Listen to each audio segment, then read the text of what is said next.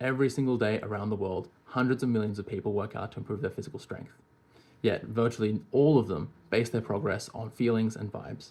They don't have any objective real-world data that comes from their exercises to back their progress. And without seeing that progress, they end up quitting their gym memberships, which leads to churn for gyms and fitness studios, and it leads to them having to reacquire customers at cost later on.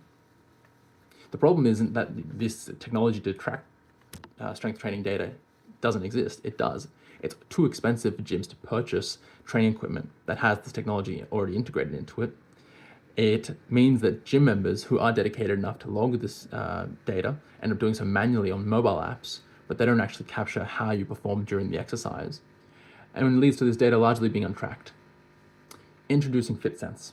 We build peripheral gym equipment that has embedded sensors in it to make seamless data capture for strength training a reality. We retrofit existing equipment and we make it compatible with gyms' mobile apps if they have one, or we can give them a white label option. Say, for example, let's take it, for example, our weight stack pin. If you've been to a gym before and you've used a machine, you know how to use a weight stack pin, shown on this slide. The idea here is we take existing equipment and we embed it with sensors that make it smart enough to capture data in a seamless fashion, right?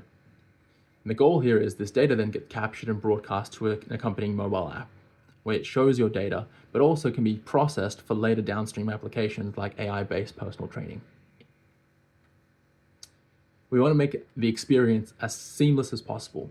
Virtually no change to how you would go to the gym otherwise.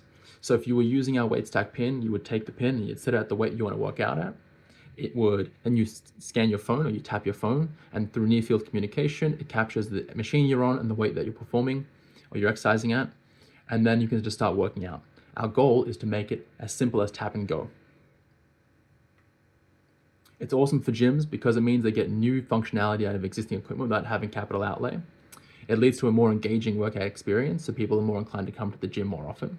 And it enables new services like AI-based personal training, which is the future of fitness.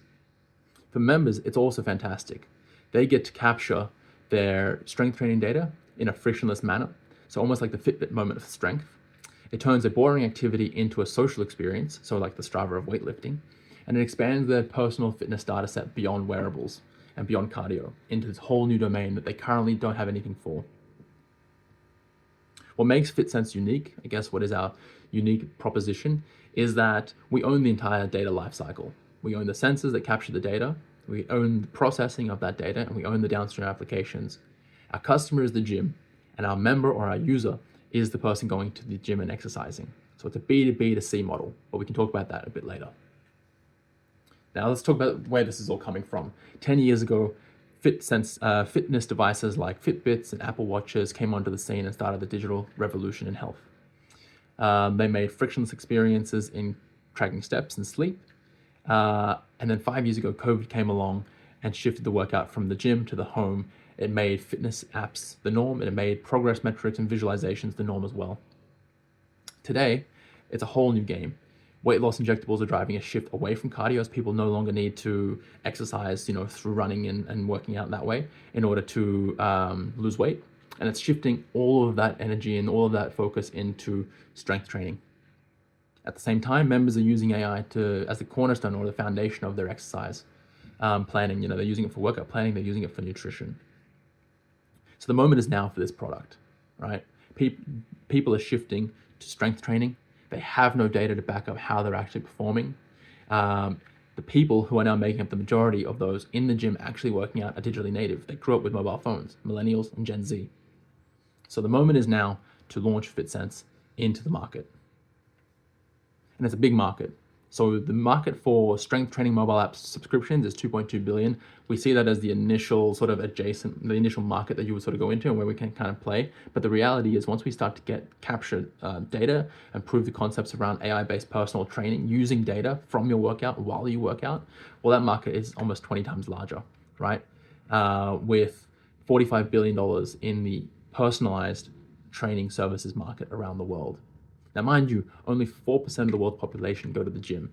So there's an opportunity here to both expand the number of people who go to the gym and the spend how much they spend on services when it comes to health. And we know that as the world gets wealthier, people's preferences and lifestyles shift towards healthier outcomes. So we see this as a massive benefit towards being in this space.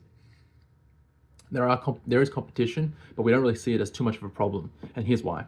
There are strength mobile apps like Heavy and Strong, which make up that $2.2 billion market, but they're glorified storage solutions with very little actual sensor-based data. There are existing tech providers like Catapult Sports in Australia, but they focus on the athlete market, that high-end tech provider, they've got cameras for $50,000, for example, like they're not going for the mass market. And then we see the gym OEMs like Techno Gym, who have expensive sensor-integrated lines of equipment and machinery, but it's out of reach for the average gym, the average chain, where most people who go and exercise are exercising. So we think that we are targeting a mass segment of a validated market here.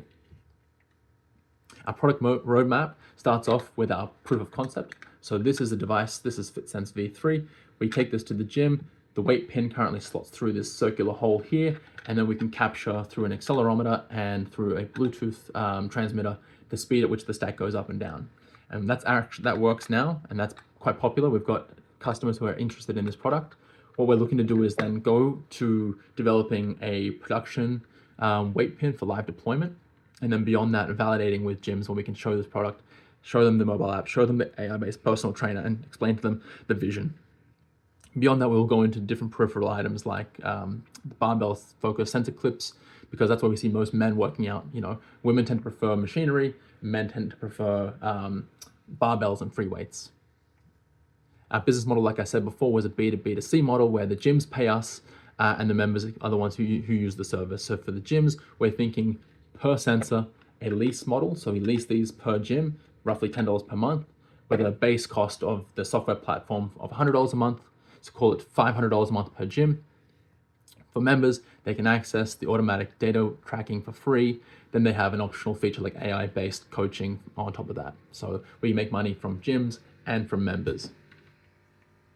Our go-to-market plan starts in Australia because it's a very health-oriented, health-focused market.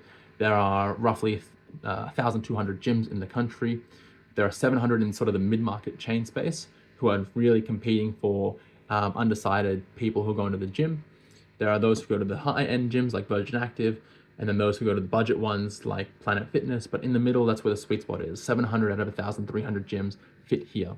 And so competition is fierce. There's franchising, which allows independent purchasing decisions. And then from there, we can go into the premium segment, and then we can go into budget and boutique later on. So overall, FitSense is targeting a valuable market. It's targeting a growing market with a unique product that owns the entire data lifecycle, with opportunities to build secondary or downstream products on the back of the data that we capture and process. Thank you.